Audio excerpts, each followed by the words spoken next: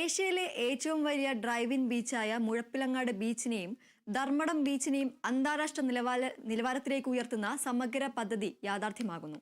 പദ്ധതിയുടെ ആദ്യഘട്ട പൂർത്തീകരണ ഉദ്ഘാടനം ഇന്ന് മുഖ്യമന്ത്രി പിണറായി വിജയൻ നിർവഹിക്കും. ഏറെക്കാലമായി ടൂറിസം രംഗത്തുള്ള എല്ലാവരുടെയും ശ്രദ്ധാകേന്ദ്രമായി മാറിയിട്ടുള്ള മുഴപ്പിലങ്ങാട് ബീച്ച് ടൂറിസം ഹബ്ബായി മാറ്റുക എന്ന ലക്ഷ്യത്തോടു കൂടിയാണ് ഈ പ്രവർത്തനം ആരംഭിച്ചിട്ടുള്ളത്. മുഖ്യമന്ത്രിയുടെ പ്രത്യേക നിർദ്ദേശപ്രകാരം മുഴപ്പിലങ്ങാട് ബീച്ചിൽ ഈ പദ്ധതി ആവിഷ്കരിക്കുമ്പോൾ ഏഷ്യയിലെ ഏറ്റവും വലിയ നമ്പർ 1 ഡ്രൈവിംഗ് ബീച്ചായ മുഴപ്പിലങ്ങാടിലേക്ക് സഞ്ചാരികൾ ഒഴുകിയെത്തുമെന്നുള്ള കാര്യത്തിൽ യാതൊരു സംശയവുമില്ല. ഈ ഒരു ഒന്നാം ഘട്ട പദ്ധതി പൂർത്തീകരിക്കുന്നതോടുകൂടി ഒരുപാട് വിദേശികൾ ഉൾപ്പെടെയുള്ള ടൂറിസത്തെ സ്നേഹിക്കുന്നവർ മുഴപ്പിലങ്ങാടിലേക്ക് എത്തിച്ചേരും.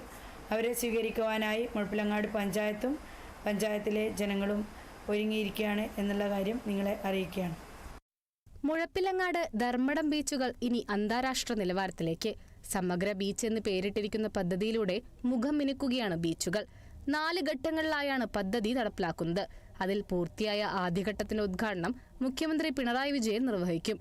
നടപ്പാത, കുട്ടികൾക്കുള്ള കളിസ്ഥലം, ടോയ്ലറ്റ് ബ്ലോക്കുകൾ, ഷെയ്ഡ് സ്ട്രക്ചർ, ശില്പങ്ങൾ തുടങ്ങിയവയാണ് ഒന്നാം ഘട്ടത്തിലുള്ളത്.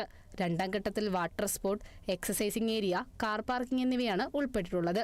18 മാസം കൊണ്ട് പൂർത്തീകരിക്കാനാണ് പദ്ധതി. ധർമ്മടം ബീച്ചിൽ നടപ്പാക്കുന്ന മൂന്നാം ഘട്ടത്തിൽ musical fountain, giant wheel, cycling and jogging track, boat restaurant എന്നിവയും ഉണ്ടാകും.